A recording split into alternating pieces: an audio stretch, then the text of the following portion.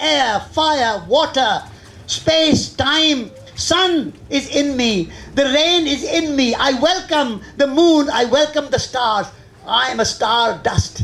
We are all star dust. We are made of the cosmos. We have to expand our consciousness and not get this narrow, human. And even we are not completely human. We think, I'm English, you are Indian, I'm Chinese, you are Japanese, I'm a Christian, you are a Muslim, I'm a capitalist, you are a communist, I am black, you are white, I'm man, you are woman. Division. What are we doing? Even among humanity, we have a division. My friends, division is not diversity. Diversity is good. We welcome diversity. Evolution favors diversity, but not division. Diversity to be celebrated. So wonderful that we have Christianity and Islam and Buddhism and Judaism and all the religions. And it's wonderful that we have blacks and whites and you are all here humans, but you all have different hair. We are all here humans, we have different voice. So diversity is wonderful, but that diversity should be celebrated and not turned into division. So Richard Dawkins was interviewing me and he said, I don't believe in spirituality. I said, you are a professor, you are Oxford graduate. Do you know the meaning of the word spirituality? The spirit, the word spirit. The word spirit comes from breathing. Inspirare, expirare. When you are breathing out, expirare. When you are breathing in, inspirare. Spirit means breathing. Mr. Dawkins, don't you believe in breathing? What did he say?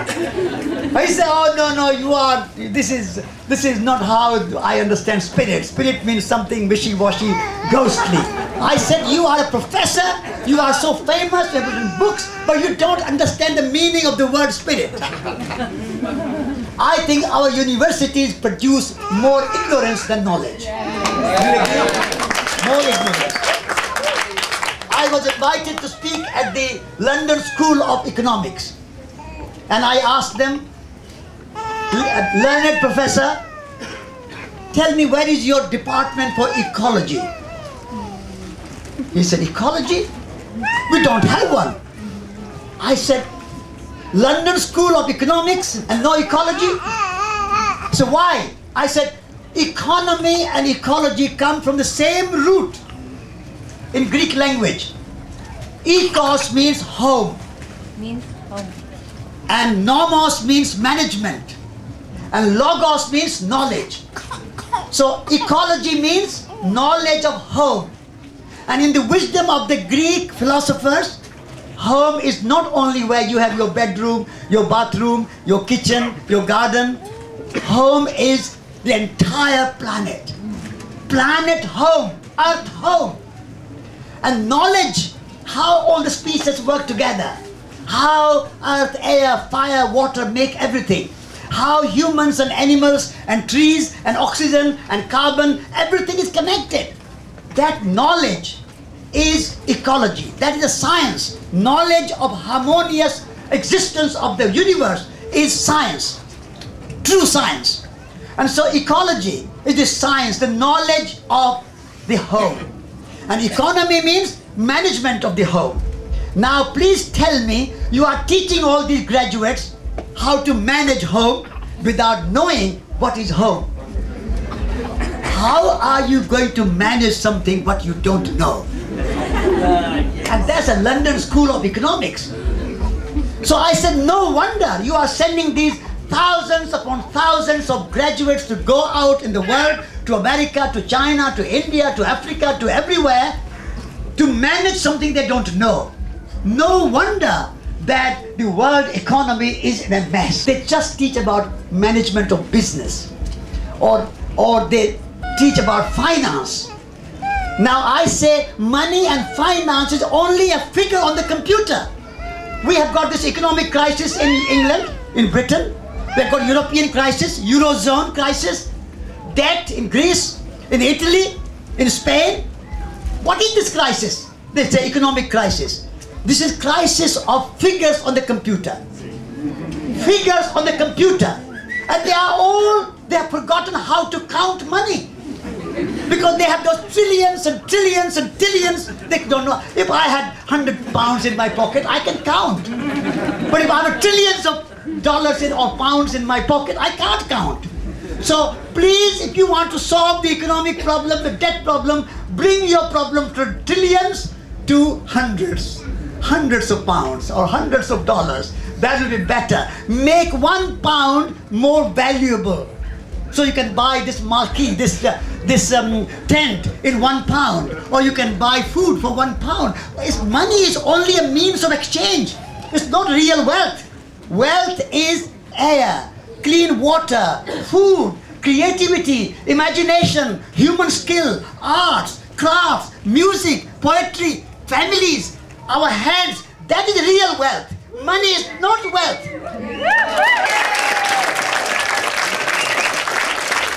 And so we have to break this illusion, this money economy illusion. And our Chancellor, who is another Oxford graduate, please, if anybody here from Oxford, forgive me. He says environment gets in the way of economy. Can you imagine so stupid a statement? Can you imagine? He has to go back to school. He has to invite Satish Kumar to teach him what is economy. He said environment gets in the way of economy. But economy is the subsidiary of ecology. Without our land, without our forests, without our animals, without our human skills, without our communities, you cannot have economy. And so economy without environment, without nature, without soil, without earth, there is no economy. So I think we have to create a revolution in our educational system at London School of Economics, Oxford, Cambridge, Harvard, Yale, Paris, Moscow, Bombay, Tokyo, New York. All these universities need to change. This is why we have created a college called Schumacher College. If you want to learn holistic economics, come to Schumacher College. And so soul, when I take to soul, soul is to put soul in our lives.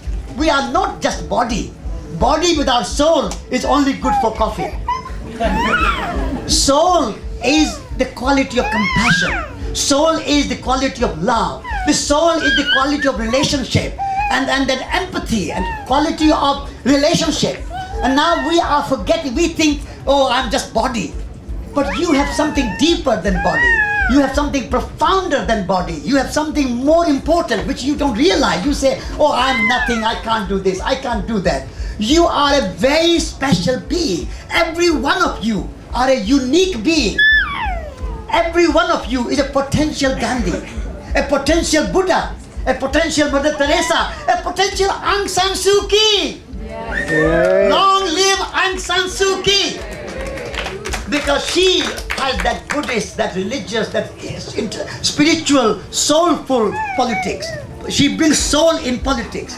So we have all that capacity, that potential. But our potential is somehow suppressed. Our potential is somehow dormant.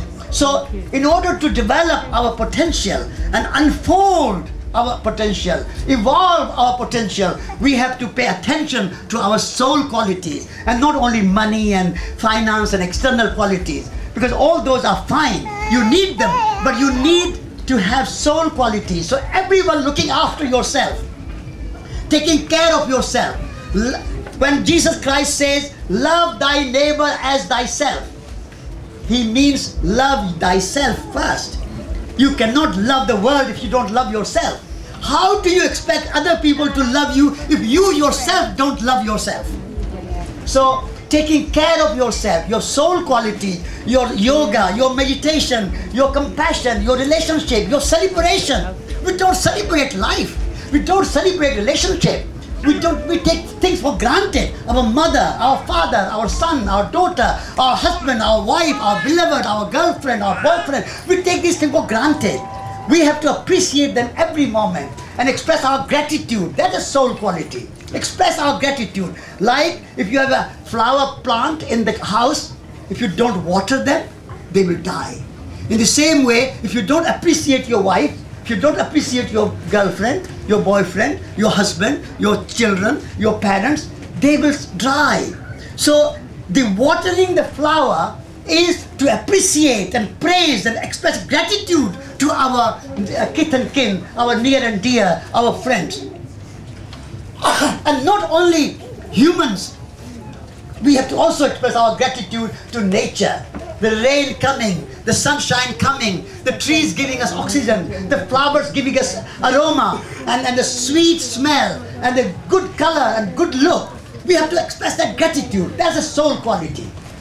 So if we have our relationship with the soil and we take care of our soul, then we also need to take care of our society. We are a human community. And as I said in the beginning, we human communities are, for ages and ages and ages, we have been at each other's throats. Now there's a war in Iraq, there's a war in Afghanistan, there's a war in Syria, there's a war in Israel, Palestine, there's a war in Kashmir. We are spending billions and billions of dollars and pounds and yens and euros on wars, when there are millions of people going without food. And we are wasting 40% of food in Britain is wasted. And we have hungry people in Britain, in our own communities, in our own land. And we are wasting food, throwing away in restaurants, in fridges, in deep freezers, in supermarkets. Resurgence did a cover issue, Occupied Together. The cover issue is there on the back there on the table. So we did a cover issue, and we think that that was a kind of small example and a sample as how people can get together and make waves. And please remember that this society which we have built is an industrial, materialistic society which is very anti-ecology and anti-peace over hundreds of years. So it's not going to change tomorrow. It will take time. We need patience, we need resilience. We have to continue working. So not just one day or 1 week or 1 month, but we have to dedicate our lives. And I dedicate my life to it. But I'm now getting old, but you are the young here. So dedicate your life to create a better world, and better world is possible.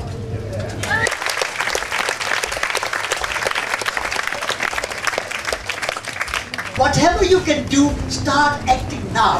Do not worry too much about the consequence, don't about the outcome, about the achievement. We don't know what the outcome will be of our action. We are talking here now. We are doing now. But I don't know what the achievement and outcome of this talk will be. How many people will feel inspired to do something, not do something. It's in God's hands. It's in the hands of the universe. So our prerogative is to act now, urgently, in this moment, not tomorrow, not in 5 years' time, not in 10 years' time. Today, the revolution begins now, at this moment. And so 5 years, 10 years, we cannot plan.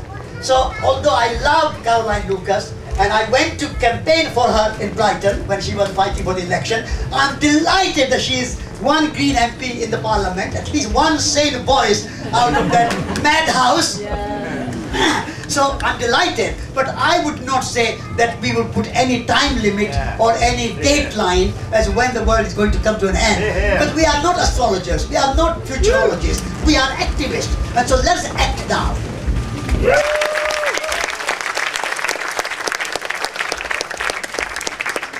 I started one school called the Small School in Heartland, and I said to children, we are not going to teach you Darwin and Shakespeare until you learn how to cook your lunch. Because what is good of learning about Darwin and Shakespeare and all the other great things and academic knowledge, and you don't know how to grow food? So I said, the kitchen is also your classroom. Learn to appreciate the food and where the food is coming from.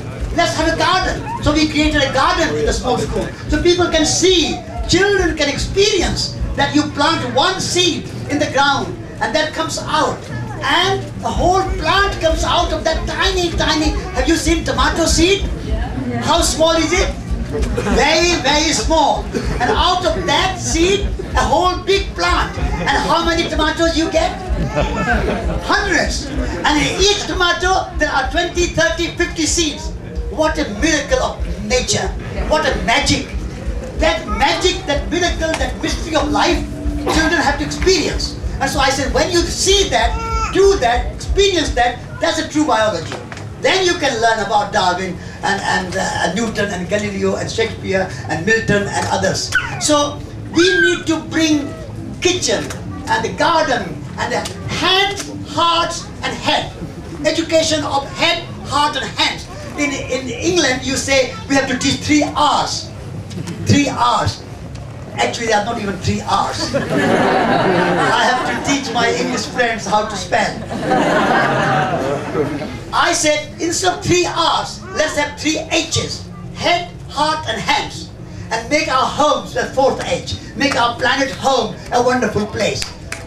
And so this way we can bring a transformation in our education. And now many small schools have started following the example of the small school. There's a school at Dartington called Park School, and there's a Ashburton, there's a school there, and there's a Krishnamurti school which started before the small school. That's a wonderful Blockwood Park school near Winchester.